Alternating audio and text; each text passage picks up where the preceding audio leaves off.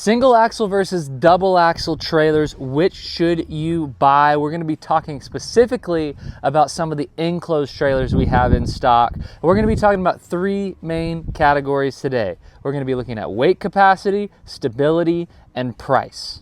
The big one and the first thing you really want to get sorted out is how much weight are you going to be hauling with this trailer. As you can see, I'm in front of an enclosed trailer right now with 2 axles. That's going to have double the weight capacity of this single axle trailer next to it. And the other thing about double axle trailers is you're going to be able to go from 35 all the way up to 7,000 pound axles, some cases even higher. Whereas you're really only going to see 3,500, maybe 5,200 pound single axle trailers, especially in the enclosed category.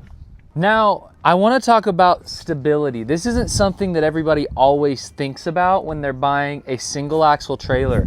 But with this single axle trailer, I have to be cognizant of how much weight is in the front versus the back because I only have 1 axle in the middle. So you can see there's a lot of balancing that has to be considered, where it's not so much on a double axle because you have a wider base and a larger contact patch. So, you know, if you're going to be in and out of the trailer, walking in, carrying heavy things in and out, if you've got loads that are shifting a lot, it's just another thing to bear in mind. It might be a reason, even if you don't need that extra weight capacity, to go up to a double axle trailer.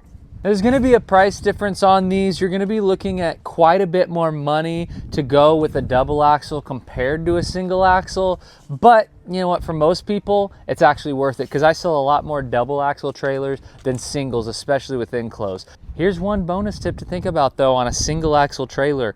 No one wants to think about it, but at some point you may have a blowout, right? You may have something that happens on the road.